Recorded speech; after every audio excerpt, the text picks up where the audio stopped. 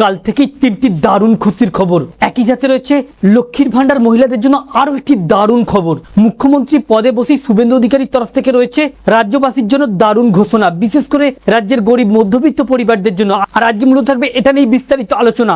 যদি আপনার বাড়ি মহিলারা লক্ষ্মীর ভান্ডারের টাকা পেয়ে থাকতো তাহলে জানা মূলত আপনার অত্যন্ত জরুরি। অতি স্বল্পক্ষণের ভিডিও, মোটেও স্কিপ না করে শেষ পর্যন্ত দেখবেন। আলোচনা শুরু করার পূর্বে আপনাদের কাছে একটা রিকোয়েস্ট, ভিডিওটিকে অবশ্যই একটি লাইক করে জনস্বার্থে প্রচুর শেয়ার করবেন, কারণ আপনার একটা শেয়ার দেওয়া অন্যজনের জানতে অনেকটাই সুবিধা হবে। চলুন দেখে নেওয়া যাক বিস্তারিত। তো ফ্রেন্ডস, ইতিমধ্যে রাজ্যে মুখ্যমন্ত্রী পদে অধিষ্ঠিত হয়েছে শুভেন্দু অধিকারী। আর মুখ্যমন্ত্রী পদে বসার পরই একের পর এক ঘোষণা রাজ্যের গরিব মধ্যবিত্ত অসহায় পরিবারদের জন্য। এর সাথেই রয়েছে লক্ষ্মীর ভান্ডার মহিলা যারা লক্ষ্মীর ভান্ডারের টাকা পেতেন তাদের জন্য আরো একটি দারুণ খুশির খবর।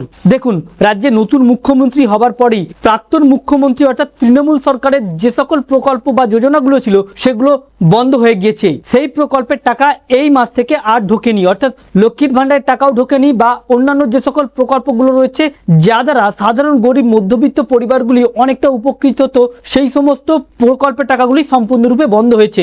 এমনকি ওই সকল প্রকল্পগুলো বন্ধ হয়ে যাবে পুরোপুরি। তবে আর এই সকল প্রকল্পগুলি বন্ধ হয়ে যাওয়ার ফলে রাজ্যের গরিব মধ্যবিত্ত পরিবারদের এক অংশ অনেকটাই হতাশার মধ্যে রয়েছে। ঠিক এই সময়তেই তাদের হতাশা কাটিয়ে মুখ্যমন্ত্রী শুভেন্দু অধিকারীর স্পষ্ট বার্তা, আমরা যে প্রতিশ্রুতিগুলো দিয়েছিলাম বা প্রধানমন্ত্রী নরেন্দ্র মোদী যে প্রতিশ্রুতিগুলো দিয়েছে তা অতি দ্রুত বাস্তবায়িত হবে।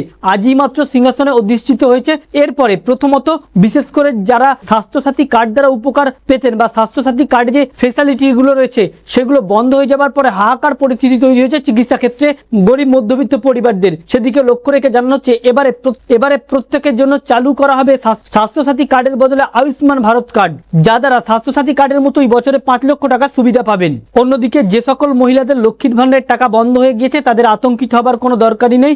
আজকে ক্যাবিনেট গঠনের পর থেকেই আগামী কাল থেকেই শুরু হবে অন্নপূর্ণা ভান্ডারের টাকা কিভাবে প্রত্যেকের অ্যাকাউন্টে 3000 টাকা করে দেওয়া যায়। এর জন্য মুখ্যমন্ত্রী শুভেন্দু অধিকারী তা অতি দ্রুত তোড়জোড় শুরু করতে চলেছে। তবে যে রিপোর্ট পাওয়া যাচ্ছে সেখানে অনেকেই যে ধারণা করছে যে লক্ষ্মীর ভান্ডার যে অ্যাকাউন্টে ঢুকতো ওই অ্যাকাউন্টেই টাকা দেবে, তবে প্রকল্পের নাম বদলে।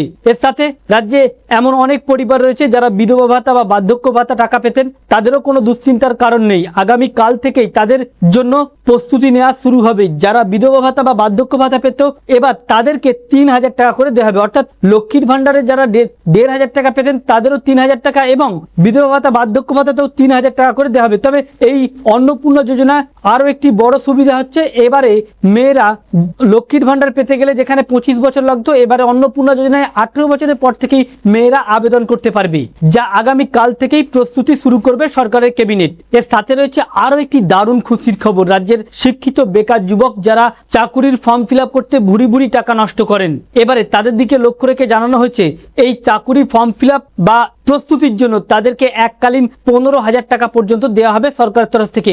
আবেদন প্রক্রিয়া অতি দ্রুত চালু করা হবে, এমনটা স্পষ্টভাবে জানিয়েছে মুখ্যমন্ত্রী পদে শপথ গ্রহণ করার পরে। রাজ্যবাসীর দিকে লক্ষ্য রেখে স্পষ্টভাবে জানিয়ে দিয়েছে যে প্রতিশ্রুতিগুলো দেওয়া হয়েছে তা অক্ষরে অক্ষরে হুবহু বাস্তবায়িত করা হবে বা সাধারণ মানুষকে সেগুলো দেওয়া হবে। তো ফ্রেন্ডস, এই ছিল মূলত আজকের আপডেট। আমাদের উদ্দেশ্য ছিল এই আপডেটটি আপনাদের সামনে উপস্থাপন করা, যাতে আপনাদের জানতে অনেকটাই সুবিধা হয়ে থাকে। ভালো লেগে থাকলে ভিডিওটিকে অবশ্যই লাইক করে জনস্বার্থে প্রচুর শেয়ার করবেন। Thank you friends, thank you for watching.